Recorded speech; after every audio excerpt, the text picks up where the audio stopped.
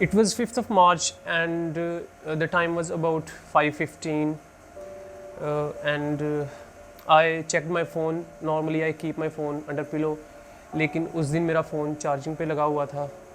तो मैं उठा हूँ, तो मैंने देखा फ़ोन को जाके तो उमैर की मिस्ड कॉल्स थी उस पर। तो अचानक से मैं थोड़ा परेशान हो गया क्योंकि normally Umair knows it's my sleep time, I usually sleep at that time. तो मैं अचानक से it occur to me that something should be bad, but फिर आई होप कि सब अच्छा हो। तो मैंने उसको कॉल बैक की उमैर को, तो वो उसने पिक नहीं की। उसने 1 मिनट के बाद दोबारा मुझे कॉल की and I picked a phone and Umair was on phone. Umair ने मुझे कहा कि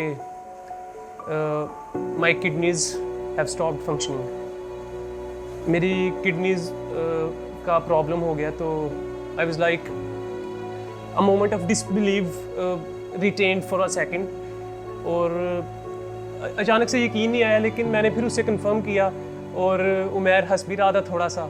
तो जब उसने बताया तो मैंने उसको डांटा कि ये इतनी परेशानी वाली बात है लेकिन तू हंस रहा है। तो ही सेड, यार तुझे पता तो है जब भी परेशानी होती है तो मैं हंसता हूँ। तो literally there was a film of tears in my eyes, आंखों में आंसू थोड़े से आ गए। तो it was very bad experience. उस दिन सुबह को I wasn't able to sleep. मैं लेट ही सोती हूँ, but I was having some kind of bad vibe and when I saw Umair's call, because सुबह के 5-5:30 बजे कौन कॉल करता है लाइक इस तरह से। And we were all home क्योंकि हमारे पेपर्स ख़त्म हो चुके थे, we were having a break. तो मैंने इसकी कॉल फ़ौरन उठा ली और ही वॉज लाइक, अरफा मैंने तुम्हें बताना था कि मेरे आज डायलिसिस है। I was like what the hell are you saying. मुझे पता है कि डायलिसिस तो बंदे के तब होते हैं जब वो बिल्कुल लास्ट स्टेज होती है उसकी किडनी की। मैंने कहा यार प्रैंक तो ना करो। ऊपर से ही वॉज लॉफिंग, मतलब जैसे कुछ हुआ ही नहीं है, dialysis is no big deal. तो मुझे लिटरली लगा कि is pranking me, but then he was like why would I prank you, मैं क्यों प्रैंक करूँगा तुम्हें। मैंने कहा कि यार देखो ऐसे मत करो, आई वॉज ऑलरेडी अपसेट। तो मुझे मतलब आई couldn't grab it, but when I got to know कि literally ऐसा हो गया है, I can't explain the feeling। मैं literally रोना शुरू हो गया and I went to my mama and told her कि ऐसा हो गया मम्मा, उमैर के डायलिसिस हो रही है। और उमैर ने मुझे कहा कि जल्दी से आ जाओ, मैं डायलिसिस के लिए जा रहा हूँ। तो जब उसने डायलिसिस का कहा और ज़्यादा डर गया मैं। ऑब्वियसली डायलिसिस पे कोई बंदा जाए तो ये बहुत ख़तरनाक बात होती है, it's not an ordinary thing. उसने मुझे कहा कि डॉक्टर्स ने उसको जवाब दे दिया है कि उसके पास टाइम बहुत ज़्यादा कम है। और मैंने ये सब कुछ जब सुना तो अजीब ही हालत थी। फिर हम हॉस्पिटल जब पहुँचे, मैं और हमज़ा, तो हम ढूंढ रहे थे उमैर को, क्योंकि हमें सिर्फ ये पता था कि डायलिसिस होने हैं, लेकिन हमें ये नहीं पता था कि डायलिसिस कहाँ पे होने हैं, क्योंकि फ़र्स्ट एक्सपीरियंस था हमारा शेख ज़ायद हॉस्पिटल का भी। तो अंकल को हम कॉल कर रहे थे कंटिन्यूसली, लेकिन अंकल का भी नंबर बंद था।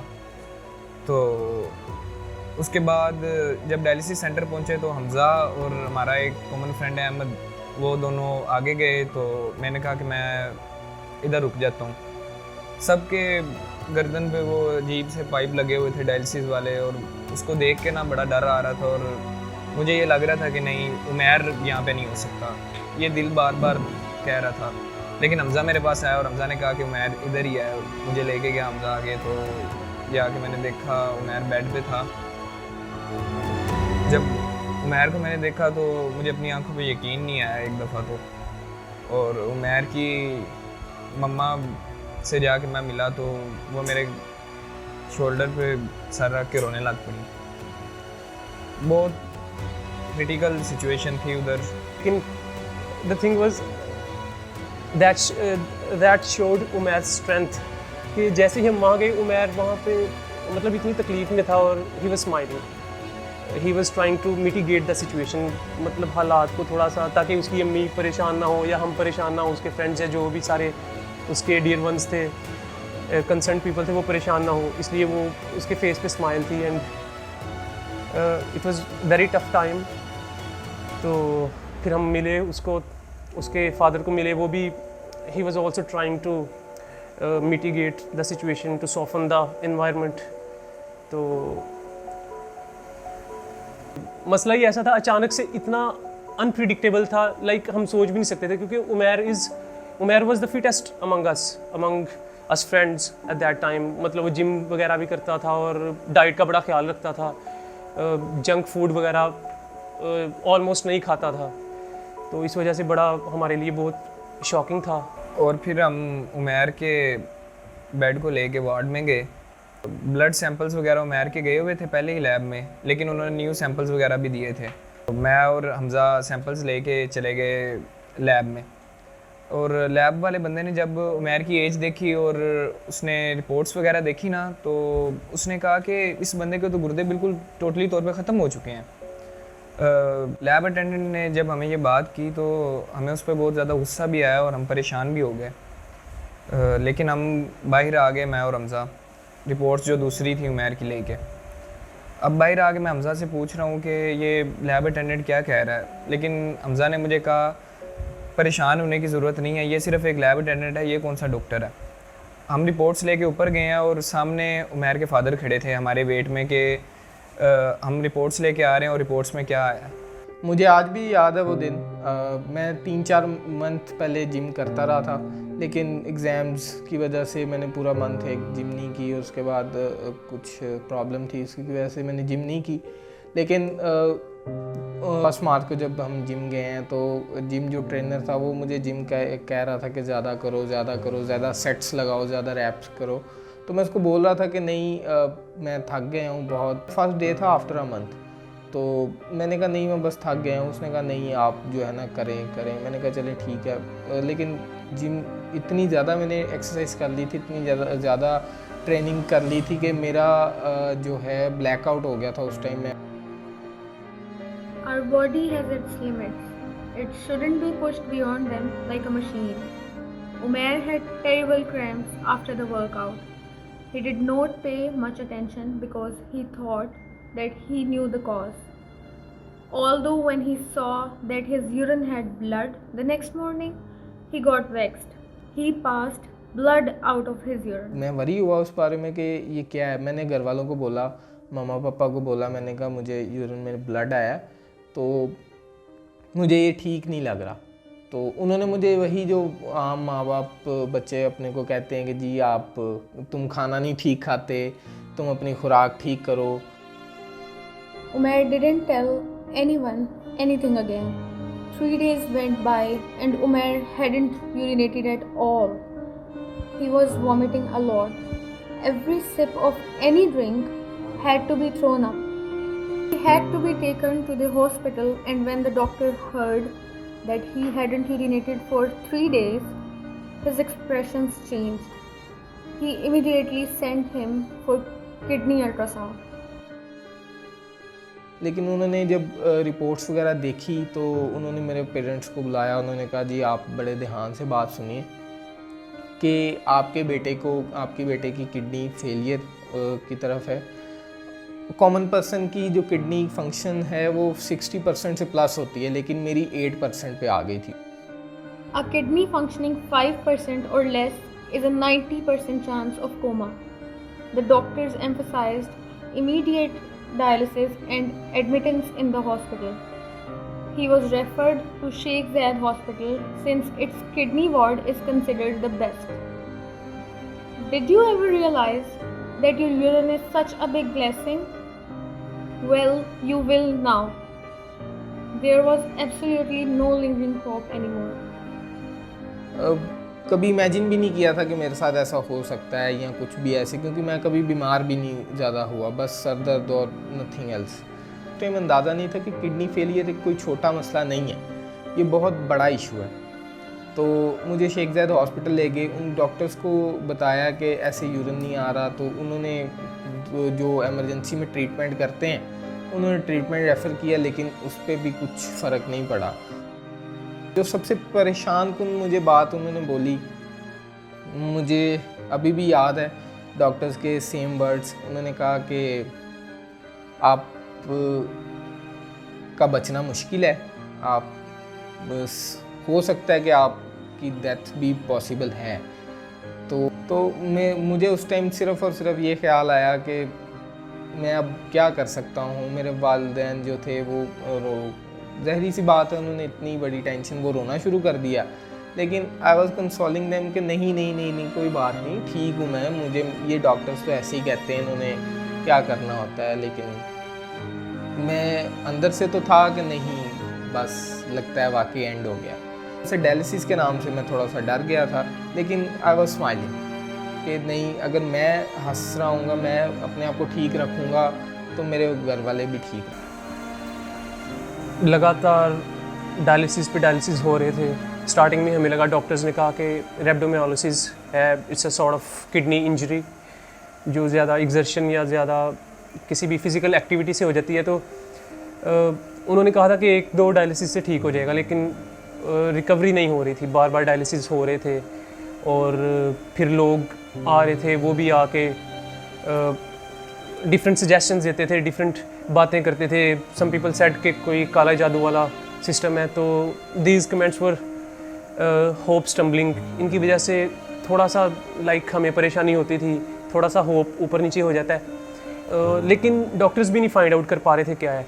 उन्होंने स्टार्टिंग में जाते ही कहा कि रेब्डोमायोलिसिस है, लेकिन बाद में वो ठीक नहीं हो रहा था। ये जनरली बड़ी जल्दी ठीक हो जाता है, और specially if the person is of Umair's age, a young person which has body strength, तो ये जल्दी से हो जाता है रिकवर। लेकिन वो रिकवर नहीं हो रहा था, इस वजह से परेशानी बढ़ती जा रही थी। तो ये भी सवाल उठ रहा था कि कहीं ये कोई काले जादू वाला सीन तो नहीं है, किसी ने जादू कराया, जैसे लोग आके कह रहे थे। काफ़ी ज़्यादा बातें करते थे लोग इस बारे में ना, कि उमैर ने कोई गोलियां वगैरह खा ली होंगी, कोई सप्लीमेंट्स वगैरह ले लिए होंगे, क्योंकि ये जिम वगैरह करता है, तो लड़के अक्सर बॉडी के बनाने के चक्करों में ना ऐसे कर जाते हैं।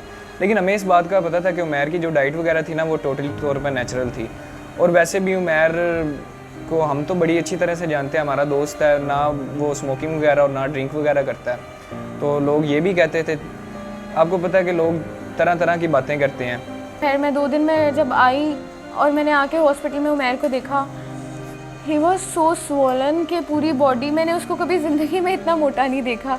एंड ही वॉज लाइक कि बाजू, हाथ, हर चीज़ जिस तरह उसके अंदर पानी भर गया हो। एंड मे बी वो पानी ही था, आई एम नॉट श्योर। इतना ज़्यादा स्वेल हो गया कि जब इसको ड्रिप्स लगाने के लिए आते थे तो इसकी वेन्स नहीं मिलती थी, वो इस हद तक अंदर चली गई थी, और इसका जो फ्लैश था वो स्वेल हो गया था। एक दिन जब उमैर को ड्रिप लगाने आई नर्स, तो बॉडी स्वेलिंग बहुत ज़्यादा थी, वेन्स नहीं थी मिल रही। तो खैर नर्स ने जिस तरह भी वो ड्रिप लगाई, तो लेकिन खून जो है ना वो बहना शुरू हो गया। मैं पास ही बैठा था, मेरी देख के तबीयत ख़राब होगी, मैं खुद, मेरा ब्लड प्रेशर लो हो गया। तो मतलब ये था कि मुझसे ना देखा ही नहीं गया। हमारी इतनी ज़्यादा हम क्लोज़ फ्रेंड्स थे कि उसको इतनी ज़्यादा तकलीफ़ है और उसका ब्लड जो है वो बह रहा है, तो मुझसे ना देखा नहीं गया, मेरी अपनी तबीयत ख़राब होगी। तो मैं फिर बाहर चला गया और मेडिसिन वगैरह ली, खैर अपने आप को संभाला। लेकिन उसकी हिम्मत, आई मस्ट से, वो मुझे देख के ऐसे हंस रहा था जैसे पता नहीं, जैसे मैं शायद उसको रिकवर कर दूंगी फ़ौरन से। मतलब बहुत अच्छी फीलिंग आ रही थी उसको देख के, इस इन दैट सेंस कि वो बहुत होपफुल था। शायद उसको देख के मुझे लगा कि कोई मसला ही नहीं है। But when I heard the doctors and when I saw his mother crying and his father being so upset, I was literally not hopeful at all. मुझे लग रहा था, क्योंकि उस वार्ड में डेली बेसिस पे जितने पेशेंट्स की डेथ्स हो रही थी, और डेथ्स देख के मैं जितनी अपसेट हो रही थी, मुझे लगता था कि शायद I am gonna lose my friend. It was the worst feeling in the world. मतलब यूनिवर्सिटी लाइफ जब से स्टार्ट हुई, I have never seen such a bad incident. इसका मेजर प्रॉब्लम ये था कि उसका जो ही कुडंट यूरिनेट, उसका यूरिन नहीं पास कर पा रहा था। वो जो उसकी किडनीज़ थी, उनकी फंक्शनिंग रुकी हुई थी, फिल्ट्रेशन रुकी थी, इस वजह से यूरिन नहीं आ रहा था उसको। तो ये मसला सबसे बड़ा था। तो डॉक्टर सेड कि जैसे ही ये होगा तो वो ठीक हो जाएगा। तो फिर ऑलमोस्ट आफ्टर 8 days सडनली वो उमैर ने he started urinating. It was a little bit of hope जिसके लिए हम सब लोग इतने दिनों से वेट कर रहे थे। और जिस दिन इसने यूरिन किया उस दिन it was like an Eid, मतलब ईद भी इतनी खुशी की चीज़ नहीं होती जितनी वो दिन जितना हमारे लिए खुशी का था। स्टिल मसला ये था कि उसका कैरेटिन लेवल बढ़ता जा रहा था, लो नहीं हो रहा था, और ये बहुत बड़ा कंसर्न था। जब ये बात हुई तो उसके बाद तो डॉक्टर्स भी एक तरह से सोचने लग गए, उनको पता नहीं चल रहा था तो उन्होंने बायोप्सी करने का भी फ़ैसला किया। बल्कि यूरिनेशन से पहले का एपिसोड है कि उनको पता नहीं चल रहा था तो वो बायोप्सी करना चाह रहे थे। तो उमैर अभी भी कहता है कि वो बायोप्सी के डर से ही स्टार्टेड यूरिनेटिंग। तो इसके बाद फिर जब ये प्रोसेस स्टार्ट हुआ, कैरेटिन नहीं नीचे आ रहा था, तो उमैर के फादर और डॉक्टर्स वो सब उसकी किडनी ट्रांसप्लांट का सोचना शुरू हो गए कि अब ट्रांसप्लांट इसका हल है। मैं जब उमैर के पास बैठी होती थी ना हॉस्पिटल में, तो मुझे बैठ के ऐसे लगता था कि शायद मैं अपने दोस्त को ना आखिरी बार देख रही हूँ, और शायद इसके बाद और आखिरी बार देख भी किस हालत में रही हूँ जब वो बिल्कुल अजीब स्वेल हुआ है और उसकी देखने वाली हालत ही नहीं। जिस बंदे की आंखों में हम लोगों ने कभी भी होपलेसनेस नहीं देखी थी, एंड पे मैंने, हालांकि वो दिखाता नहीं था लेकिन मुझे एंड में नज़र आता था कि ही सो टायर्ड। अब कुछ दिनों बाद जो है वो यूनिवर्सिटी स्टार्ट हो गई, हम यूनिवर्सिटी जाने लगे। तो 2-3 दिन तो गए, हमारा भी दिल नहीं था लग रहा, और बिल्कुल भी उमैर के बगैर पढ़ने को दिल नहीं था कर रहा, और कुछ आइडिया नहीं था कि वो कब आएगा, क्योंकि डॉक्टर्स भी कुछ सही तरह नहीं थे बता रहे कि कब ठीक होगा, कब बेहतरी की तरफ जाएगा। लेकिन